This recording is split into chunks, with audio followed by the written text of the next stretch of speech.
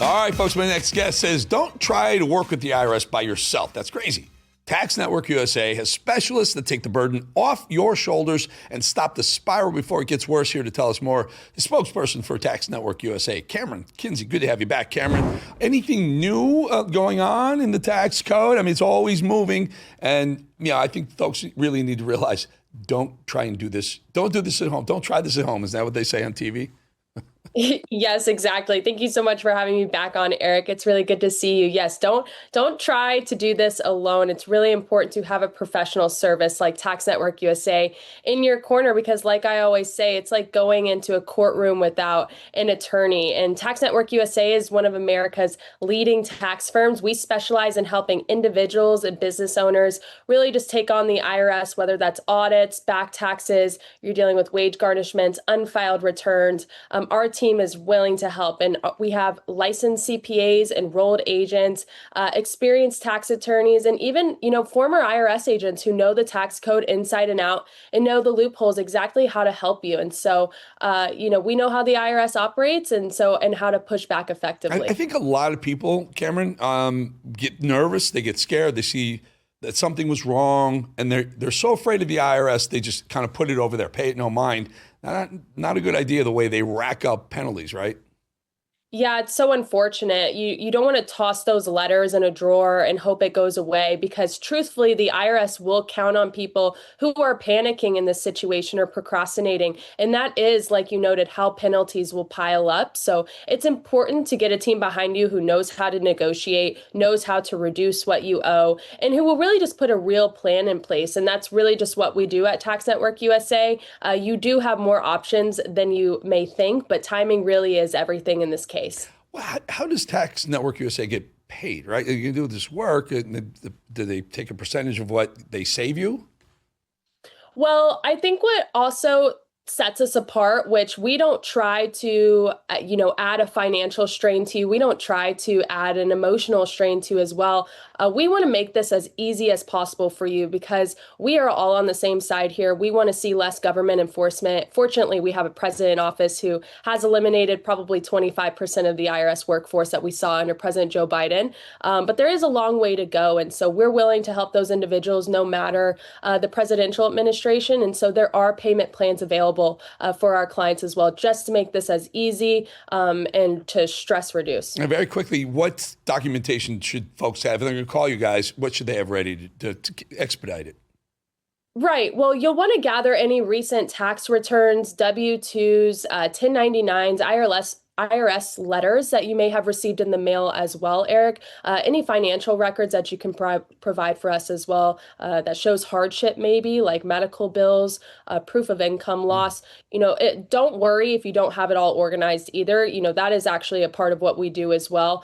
Don't panic if you don't have it all gathered, because if documents are missing, our team can assist clients in obtaining those copies from the IRS or other sources as well. So our focus is really just building a case for you that puts you in the strongest position possible. That's really, really good to know that folks, if you lost your documents, you moved, who knows, you lost it in a fire or a divorce, whatever, that you can just pick up the phone and call them. And if worst comes to worst, they can do the legwork and recreate or get some of those documents for you. Cameron Kinsey, Tax Network USA, always good to have you. Thank you for the information.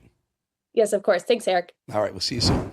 All right, our next guest was a journalist for more than 30 years reporting from war-torn Iraq and Lebanon. She also worked with the U.S. Department of War to establish free media in Iraq. She's now running for Congress in Minnesota's 5th Congressional District, and guess who sits in that seat right now? That's right, the one, the only, America's most hateful Congressperson, Ilhan Omar.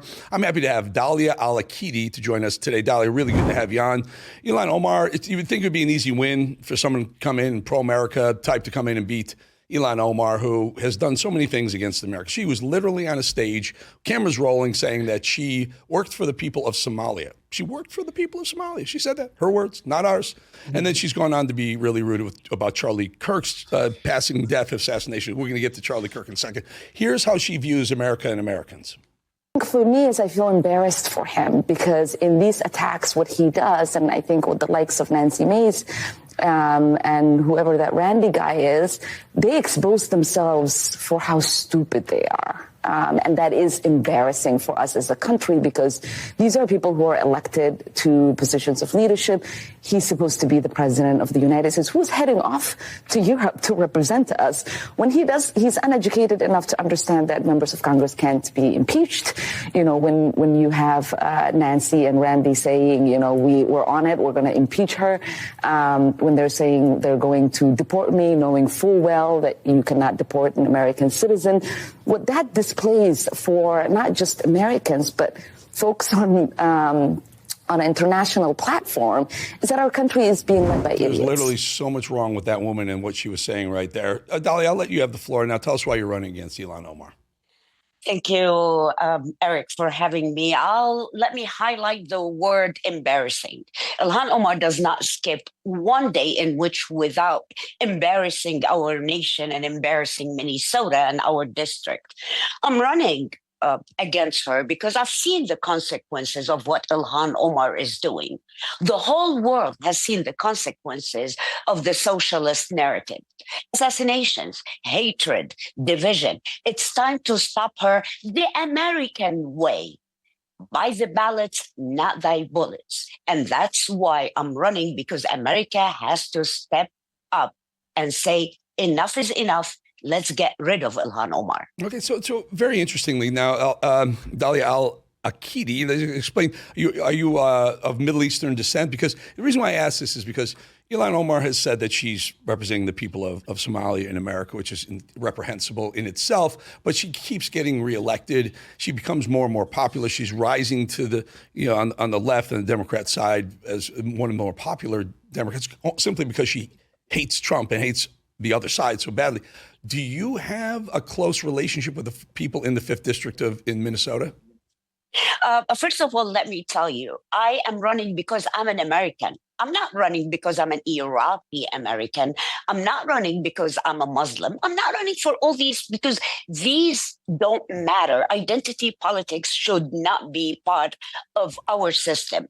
However, yes, I've been talking to the people in my district. I've been working hard with the people of my district. Ilhan Omar does not even represent the moderate Democrats in her own district. And let me tell you one thing. We always say, oh, it's the Somalis, it's the Somalis. Actually, no, the Somalis are less than 10% in our district. What is happening and why Omar is in Congress is because of the white guilt. It's this socialist narrative. It's what the far left are pushing, making every white person feeling guilty. They make them feel guilty about who they are. They make them feel guilty for being patriots, for being Americans. So that's what I want to represent everyone in my district. I want to defend the young families. People here are paying the highest property tax in the U.S. Why? To feed the fraud of 30 billion fraud industry? Why? To send our children to schools in which they could barely read and write? Why? To face crime every day? I'm running to make crime illegal again. I'm running to bring decency to our district. I'm running to bring decency to our country. And the most important thing is I'm running to defend all immigrants. I came to the United States back in 1993 legally, and I take my citizenship oath seriously. I pledge to defend the Constitution of the United States against all enemies, and I'm doing it right now. And I need the help of America to show Ilhan Omar who we are as Americans, regardless of where we came from or what we believe in. This is the country of freedom. So please, America, help me sign up. Go to my website, daliaforcongress.org, and let's put an end to that nonsense. Nonsense indeed. She married her own brother to get him citizenship. We know that as fact. I just heard she and her husband made somewhere around between $30 and $40 million charging her campaign or the U.S. government for advisory services over the last few years. How is this woman even not incarcerated, let alone popular in the district? Two reasons. Number one, the media doesn't cover what she does in Washington, D.C. that's quite well known. The liberal media in our district does not tell us, or does not tell her constituents, what she's doing in Washington, D.C. Number two is she's so good at playing the victim card.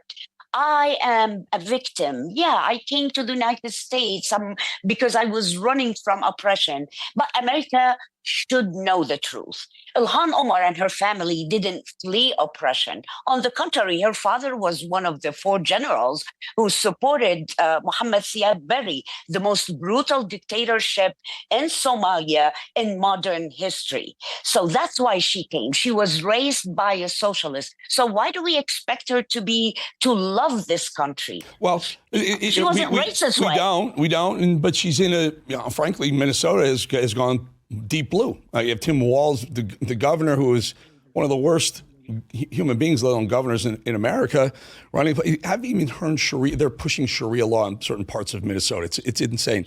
Here's the other part that I think if America had a backbone, we'd toss Ilhan Omar. Take a listen to how she characterized Charlie Kirk. What I find jarring is that there are so many people willing to excuse the most reprehensible things that he said. But I am not going to sit here and be judged for not wanting to honor any legacy this man has left behind. That should be in the dustbin of history, and we should hopefully move on and forget the hate that he spewed every single day. Thoughts on her as a human being? She should be judged by her morals. She should be judged by her actions, and her actions are quite clear. Let me tell you what's happening in the United States and what's happening in the West. There's this alliance, which, by the way, Charlie Kirk have talked about it, but he was accused of being anti-Muslim and anti-immigrant. There's this very dangerous alliance between the socialists and between the political Islamism ideology. And this is very dangerous because that would blur the line between who is Muslim and who is Islamist. Islamist is an ideology that is spread by so many organizations that are front of the Muslim Islamist is the fanatical form of being a Muslim, and and they want they believe anyone who doesn't believe is an infidel and should be eliminated from the earth. We're going to stay with you because I really hope you unseat this horrible human being. Dalia al-Aqidi, thank you so much for your time. Thank you. We shall be back 2.5 minutes.